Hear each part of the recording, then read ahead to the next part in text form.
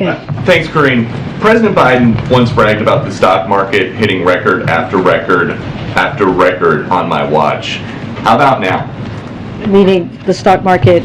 All the gains from President Biden's time in office have been wiped out. So, as you know, we're watching closely.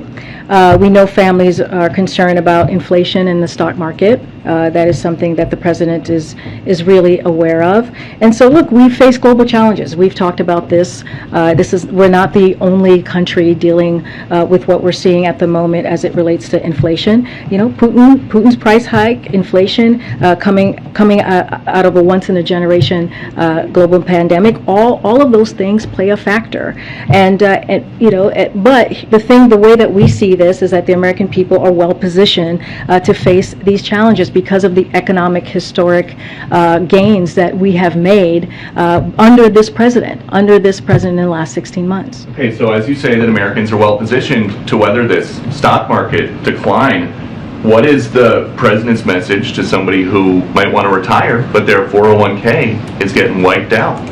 So we know that high prices are having a real effect on people's lives. We get that, and we're incredibly focused on doing everything that we can to make sure that the economy is working for every American people. But we are coming out of the strongest job market in American history, and that matters. And that a lot of that is thanks to the American Rescue Plan, which only Democrats voted for that. Republicans did not, and it led to this economic boom, this historic economic boom that we're seeing Didn't it with also jobs. lead to historic inflation?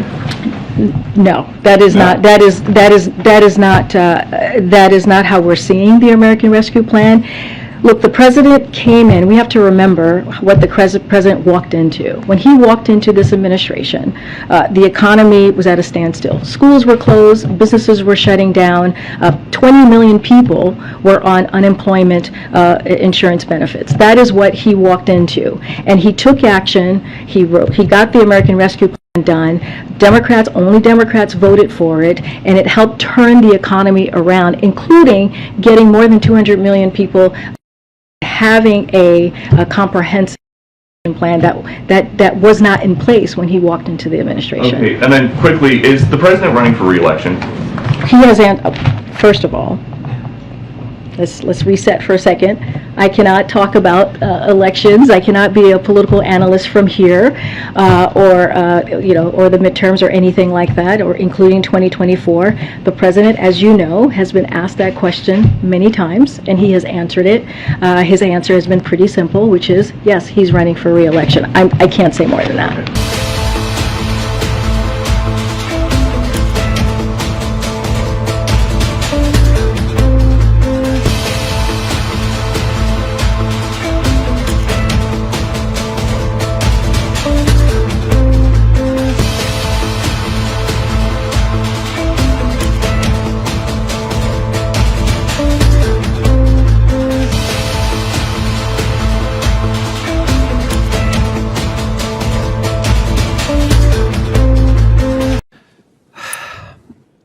There was a time when Democrats supported free speech. There was a time when members across the aisle actually believed in the First Amendment. Unfortunately, that time has long since passed. In 2014, Congress considered an amendment from Democrats to repeal the free speech provisions of the First Amendment. I was at the time the ranking member on the Senate Constitution Subcommittee, the Judiciary Committee. I led the fight against it. Ultimately, that amendment came to a vote on the Senate floor, and every single Senate Democrat voted to repeal the free speech protections of the First Amendment. Could you be more specific about what that vote was? Sure. It was a vote that would have given Congress plenary power to regulate. The initial version was to regulate any and all political speech by anyone. It literally would have said any expenditure of money for political speech. So it would have said that if a little old lady went to Home Depot and spent $5 to buy a cardboard sign and a stick to say, vote the bum out, that Congress could make it a felony and put her in jail. It also could have given Congress the ability to criminalize union organizing. The Democrats realized that that version of the amendment was too extreme even for them, so there was a second version that Senator Durbin offered that limited its restrictions only to corporations. However, it had plenary authority to any political speech by a corporation. Now, I'll point out Paramount Pictures is a corporation, Simon & Schuster is a corporation, NBC is a corporation, the NAACP is a corporation, Planned Parenthood is a corporation, the Brennan Center is a corporation.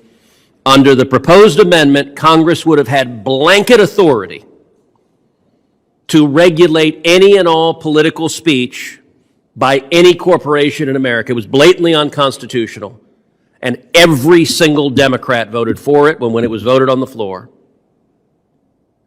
There was a time, by the way, previously when Democrats tried to repeal the First Amendment to the Constitution, the free speech protections, there were a handful of lions of the Senate that spoke out against it. Russ Feingold courageously spoke out against it. Ted Kennedy gave a floor speech saying, we haven't amended the Bill of Rights in over 200 years and now is no time to start. I gave a floor speech with a picture of Ted Kennedy behind me, nearly scared my father to death when he saw me on TV with Ted Kennedy behind me.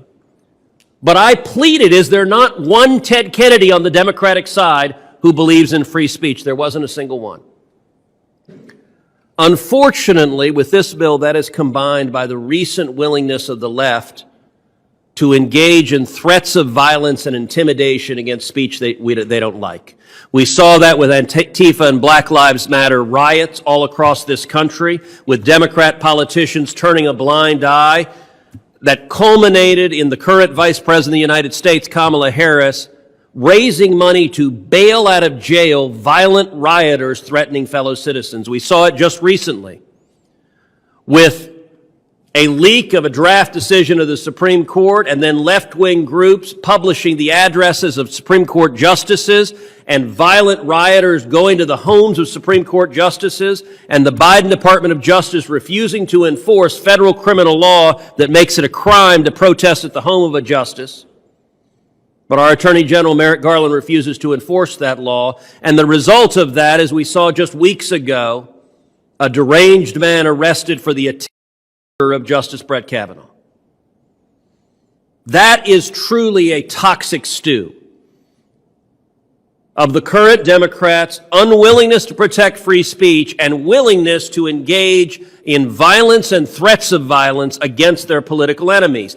What does that mean for something like the Disclose Act? Well, we saw in California in 2008 when there was a referendum on the ballot in support of traditional marriage, and a majority of Californians, bright blue California, voted in support of traditional marriage, and the names of those contributors were outed, and left-wing groups published their home addresses, and people got fired for their job for, by the way, contributing to what was then the political position of people like Barack Obama and Hillary Clinton. And yet people got fired for their jobs to daring to speak out. Look, the landmark case on this is NAACP versus Patterson. In that case, the state of Alabama, run by Democrats, wanted to target the people that were members of the NAACP. They wanted to go after them and persecute them. Sadly, it was the Democrats that founded the Klan, and they wanted to go after the NAACP. That case went to the Supreme Court in 1958, and the Supreme Court unanimously ruled that the NAACP, you couldn't force them to hand over their membership lists because it violates their First Amendment rights of free association.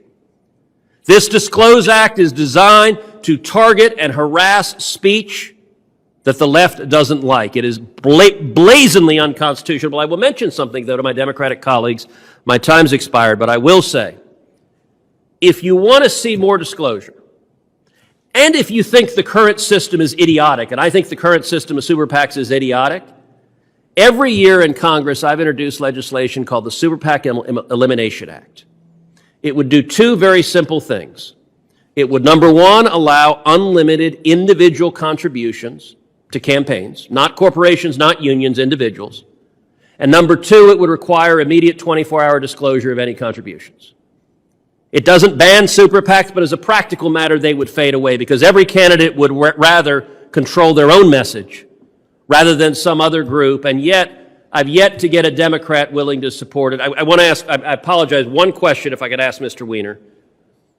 The Brennan Center supports transparency and disclosure over the existence of the Brennan Center, how much money has been given to the Brennan Center specifically by George Soros?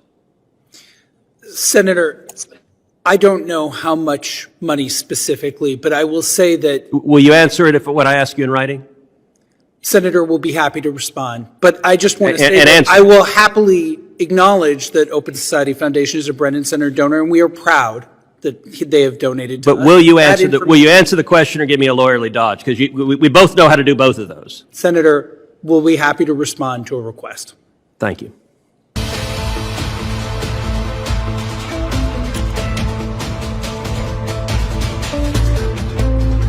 in that. Thank you both. Thank you, Senator Tester. Senator Kennedy from Louisiana is recognized. Thank you, Mr. Chairman.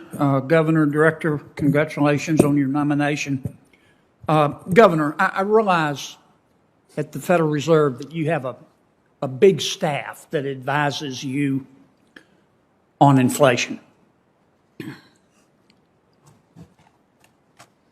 And based on their track record, my guess is they also advised people to buy condos in Las Vegas in 2007. But you don't have to accept their advice. So with respect to your predictions on inflation, how did you get it so wrong? Well, Senator, thank you. Could you move closer to the mic for me? Yes, of course. Thank you for your question, Senator. You're welcome. So I think, nobody got the pandemic right.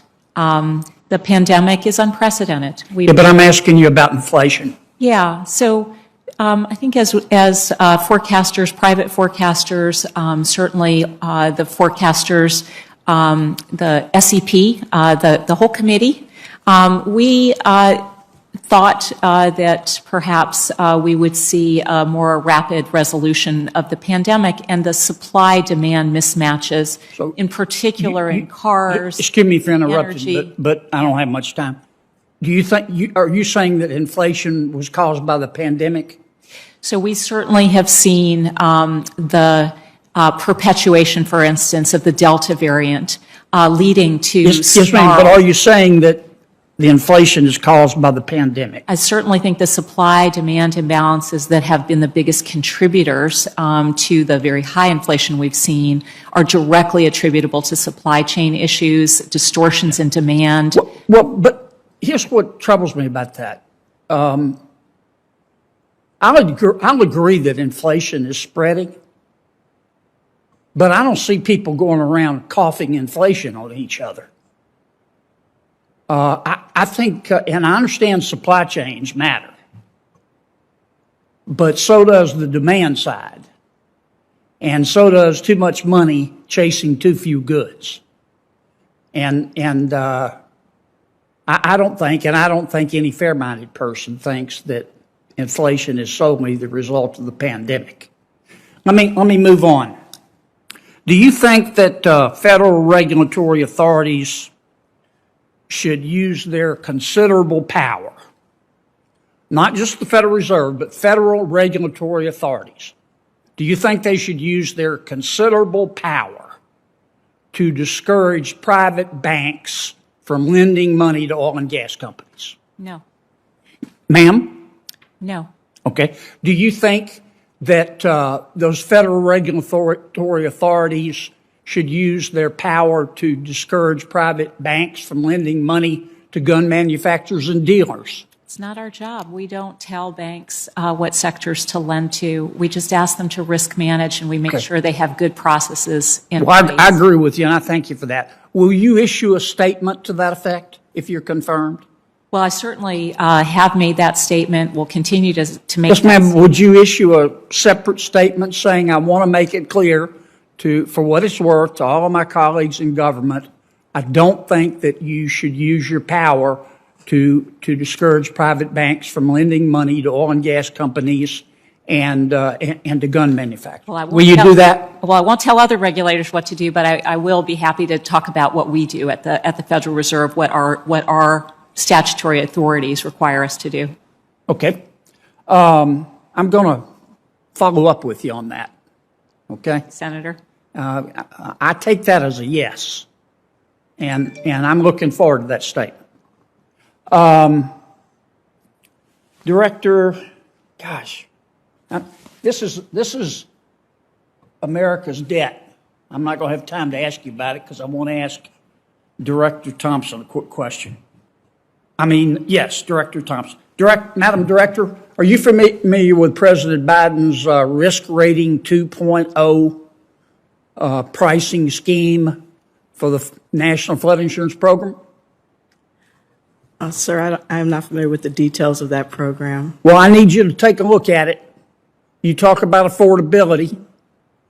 President Biden is about to make housing for at least 5 million Americans unaffordable by raising their flood insurance from $1,000 a year to $5,000 and $6,000 a year, and you're going to have a problem. Real quickly, Madam Governor, do you think we've got 4 big banks? They have market share between 30% and 50% in the greatest economy in all of human history. They're not really banks, they're countries. Do you think economic power is too concentrated in those 4 banks? Well, I certainly think that from a financial stability point of view, when you have very, very large institutions that are systemic, you need to have very, very big capital buffers and liquidity buffers and risk management, because it would be very, very difficult to resolve those banks in a moment of financial stress.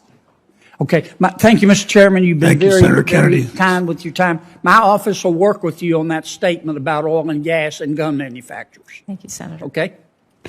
Senator Warner from Virginia is recognized.